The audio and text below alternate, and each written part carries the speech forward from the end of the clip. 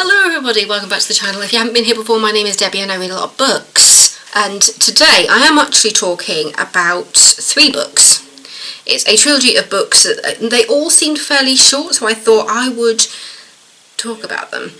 It's called the Emma Holden Trilogy by Pilkington, which I've struggled to say a couple of times. Pilkington, lots of P's, lots of L's happening there. And book 1 is the one you love, book 2 is the one you fear, and book 3 is the one you trust. Okay, so I'll read you each blurb, and then, yeah. Just days before her wedding, Emma Holden's fiancé has vanished. Not only has Dan disappeared without a trace, his brother is found beaten and left for dead in their London apartment. Suspicion for the attack falls on Dan, but Emma refuses to believe his guilt. As up-and-coming actress Emma frantically searches for answers, someone is stalking her, watching her every move, and her family are hiding a shocking secret, a secret that threatens all those she loves. In a desperate race against time, Emma and her group of young friends must uncover the truth if they ever want to see Dan again. So that's book 1. That's the blurb for book 1. I read all these on Kindle, by the way. So that was the one you love. This one is the one you fear. Let's get that blurb up. So this now is the blurb for the one you fear, which is book 2.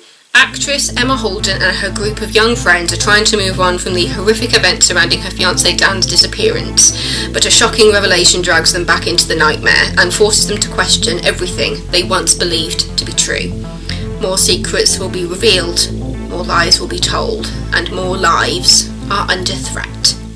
And then book 3, the one you trust. Emma Holden is a pretty young actress living and working in London, much in demand and with a close circle of nice, fun-loving friends.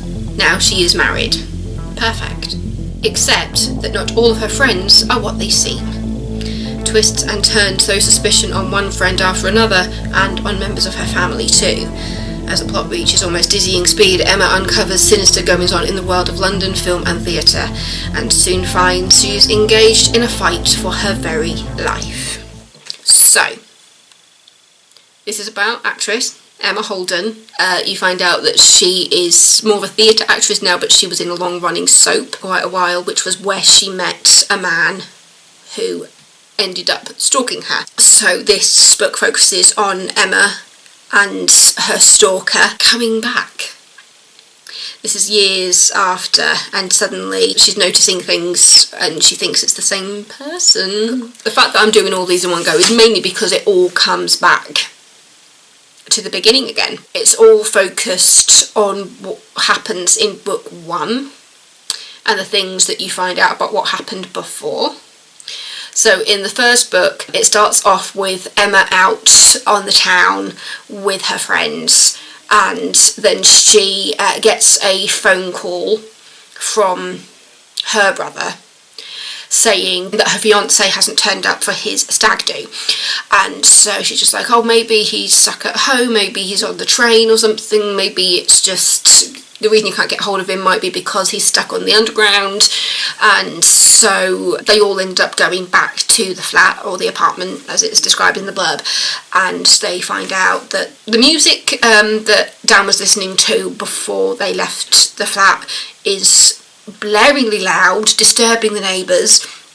And when they finally open the door, they find Dan's brother, Richard, unconscious on the floor as if he's been beaten up, and Dan is nowhere to be found. And all suspicion goes upon Dan, and the idea that he has possibly beaten up his own brother and now gone on the run. And then as things come out, you find out that Emma's stalker from when she was on the soap appears to have come back into their lives. Her brother is holding a secret regarding the stalker, which you find out about in book 1, and that secret is thrown through the other 2 books as well, because it relates to her brother and her father. And yeah, it's just, I could not put these books down. I need to find out how long each of them were, but they didn't seem very long. I'll admit that. They seemed very short and very action-packed, which is why I just kept, as soon as I got to the end of the book 1, it was just like, I need to know what happens next, because at the end of the first one, you know it's not over. It's fast-paced suspense mystery. That's what it says on Amazon. Oh, I could have had a free audiobook from this. Oh well. I had the first book free. Read with our free app for free for the first one, for The One You Love, on Amazon Kindle, and then I purchased The One You Fear and The One You Trust. So, book 1, it says it's 394 pages. It didn't feel like it was that long. It felt shorter than 394 pages. But I think it's just because it's so action-packed. You're constantly being kept on your toes. The second one is 238 pages, so the second one is shorter. And then The One You Trust is the last one. The titles are very fitting to what happens in each one of them, because in The One You Love, it's her fiancé that goes missing, and then you're having chapters when you don't actually know who's talking, and you hear about somebody being kind of in love with Emma. And in The One You Fear, fear is instilled into all of them because of what's happening and the things they're finding out, and The One You Trust is focused on the fact that they know that they can't trust somebody within the circle. You see threats being sent to Emma and her friend Lizzie, who's in all of the books, saying that they can't trust each other. The One You Trust is 236 pages. So The One You Love is the longest one of all of them, but they all just felt so fast-paced, so quick. One thing that did bug me a little bit going through the books is that in references to the stalker and the stalker's father, which becomes quite prominent, they constantly use the full name, and it was just like, I felt like it was unnecessary to say the first name and the last name every single time that they were mentioned, because I'm sure just saying like the surname or just the first name was enough to instill fear in anybody involved. But yeah, I think the fact that it's also kind of got that theatre thing to it, and the movie and film and TV industry was another hook, line and sinker for me, because it's got that backdrop of like the London theatre scene as well, because her friend Lizzie's an actress as well. Yeah, it's just all so clever. I'm not going to say too much about these ones just because it ultimately comes back to the stalker, and the fact that you are getting little chapters every so often from somebody and you don't know who it is. So throughout all the books there's little chapters. My door just opened itself, that was kind of creepy. But yeah, it all comes back to the stalker that Emma had when she was on the soap, which I loved the references to the soap that she was on, because it was like, because there's references to like really dodgy swinging sets and stuff, and I'm just like, oh, this is like a proper throwback to like the original Crossroads, which admittedly I never saw. I saw when it was brought back, like in the 90s or whenever it was. Was it in the 90s that Crossroads came back?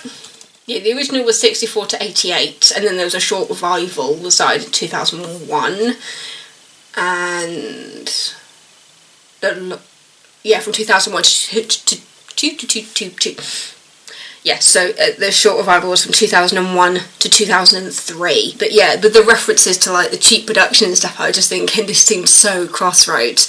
But then the description of where they filmed this fictional soap gave me such Granada Studios, because I did background for Coronation Street years ago when I was first out of uni, so I was like in my early 20s, and I only went up there a few times, but when it's described, when the studio where the soap is filmed is described in the book, I just had a vision of Granada Studios and the old Corrie set, because it was very close to the gate. It's not there anymore, it's moved over to Salford, and actually in these books when there's a reunion, I think it's in it's either the second or the third book, there's a reunion, and Emma says that the production is moving to Salford, so it just feels very remnant of a cross between Coronation Street and Crossroads.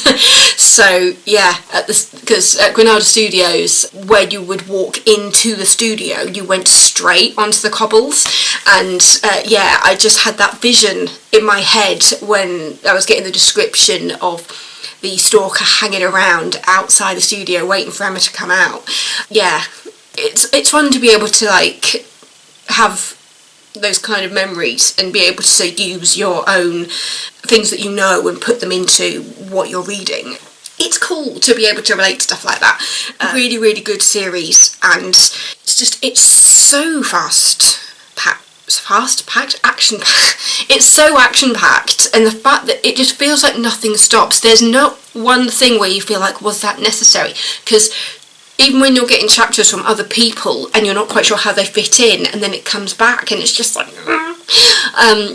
yeah, I just really, really enjoy this book series. So if you like a good mystery, this isn't a murder mystery, it's got that kind of mystery thriller type thing. I wouldn't say horror, it's not quite down the horror route, but it's more down a thriller thing, because you're trying to work out who's following Emma. Because even though it comes back to the original stalker, there are other people involved, and the way that the picture that's portrayed in the first book gets bigger and bigger and bigger, and you realise just how wide and big this thing has gotten, and it's all based on like one moment. It all comes out of one moment when the original stalker met her, and from that it just spirals. So you go from that to the stalker's home life and his relationship with his family, and then that goes on to kind of like the modern day and how that the stalker's family interacted with Emma's family, and then you've got a secret in there as well, which is all related to everybody, and then it gets wider and wider and wider to the point when you're just like, I don't even know where this is going to go anymore. So when it all finally came out about like the different people involved at the end, it was just like, this is like a network. This is like a network of a series of unfortunate events. Yeah, just so good. You've got all three covers there. It looks like I haven't read the first one, but I have. I've actually read them all on my phone, and this is on my iPad app, so it does kind of look, oh, but to be fair, it does say 99%. I have read it all. It's just that this one had the beginning chapters of this one in it. I started reading the first chapters in this book, and then it was just like, I just need to get the other books. So I stopped reading the initial chapters of that one in this one and just went straight into the next book. As you do. So it's The One You Love, The One You Fear, and The One You Trust by Paul Pilkington. Just such an amazing story, and yeah, I loved it. Absolutely loved it. So if you are enjoying my videos, don't forget to subscribe. I have seen the numbers going up, which has been really, really nice to see, so thank you so much. I said ages ago I hit 100 subscribers. I can't believe that's how many people watch my videos, even more at this point. Thanks for watching, and I'll see you next time with another video.